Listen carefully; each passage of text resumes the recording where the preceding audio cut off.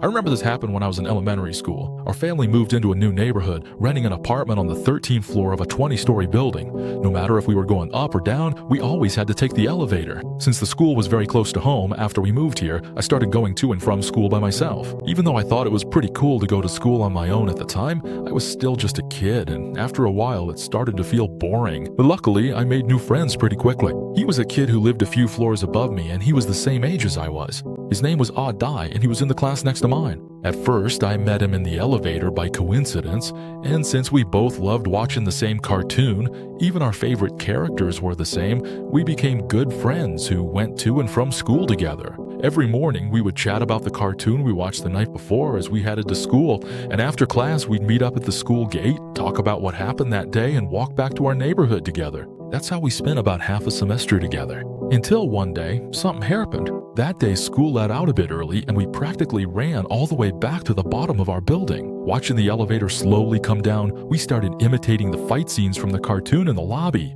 But the moment the elevator reached the first floor and the doors opened, we froze. In the corner of the elevator stood a strange man. Judging by his clothes, he looked like some office worker rushing to work. But it was already evening. Where could he be going? And the elevator had already reached the first floor, so why wasn't he getting out? If I saw something like that now, there's no way I'd get into the elevator. But back then, we were just kids. We didn't think too much about it, just found it odd and then stepped into the elevator. Even though we felt a little awkward because there was an adult with us, the elevator back then ran a bit slower than it does now. So, feeling a bit bored, we started chatting again. Hey, isn't Rice Ultraman supposed to have a big fight with the sack monster tonight? Yeah, I think so. That's what they said in yesterday's preview. That's awesome. It's gonna be so cool. Rice Ultraman will definitely beat the monster with a super flying kick. I think he should use the popcorn beam instead. Just as we were getting more and more into our conversation, it seemed like our voices were bothering the man in the corner. Out of nowhere, he said, "How old are you guys? Seriously?" The man's voice was really deep, and it startled us so much that we instinctively turned to look at him. He was staring at us with a blank expression, then muttered again, "How old are you?" Come on, what's wrong with us talking about this stuff? It's obvious we're just elementary school kids. Why would he say something like that? Even though I was pretty mad about it for a moment, since he was an adult, we didn't dare say anything back and just fell silent again. When we reached my floor, I said goodbye to Dai first and left the elevator. It must have been because we got out of class early today that we ran into that weird adult. I thought that would be the end of it, but the next day, when Dai and I were heading home after school, we ran into that man in the elevator again. He was still standing in the corner of the elevator, almost like he was staying there on purpose. And this time, when we started talking about cartoons again, he muttered under his breath, "Aren't you guys a little old for that?" Back then, I was still young, so situations like this mostly just scared me. And to make things worse, after that, Dai and I would run into him in the elevator every day after school. So later on, to avoid any trouble, I just kept quiet whenever I was in the elevator. But Dai was different. He was always braver than me and didn't take that man seriously at all. He would still talk to me about cartoons right in front of him in the elevator. Did you see the episode where Rice Ball Man uses his butt beam? It was seriously awesome. Yeah, it was definitely cool. It's like, come on, how old are you guys? The man muttered something weird again. Finally, Dai couldn't take it anymore. He turned around and faced the man directly, saying, all right, you're the best. You're older than us, yet you spend all day picking on little kids like us." Dai's words startled me. What if he made the guy angry? Feeling a bit worried, I cautiously glanced at the man. He was still standing there with a blank expression, not reacting at all to what Dai had just said. But at least now he wasn't muttering anything anymore. For a moment, the elevator was eerily quiet. When we finally reached my floor, I said goodbye to Dai and left the elevator. Watching the elevator doors slowly close, I couldn't shake off a feeling of unease. At first, I thought it might just be my imagination, but before I could take a few steps, a sudden burst of loud, jarring noise came from the elevator shaft. Not long after, there was the sound of something falling rapidly, followed by a thunderous crash. The elevator had an accident. When the police and firefighters from Mifflin City arrived, we finally learned that for some unknown reason, the elevator had malfunctioned.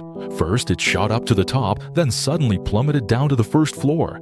None of the safety measures were triggered during the incident. The entire elevator car crashed straight into the bottom, becoming so badly deformed it was almost flattened. As for the passenger who was just in the elevator, it was confirmed that they died on the spot. Found it hard to believe something like this could happen.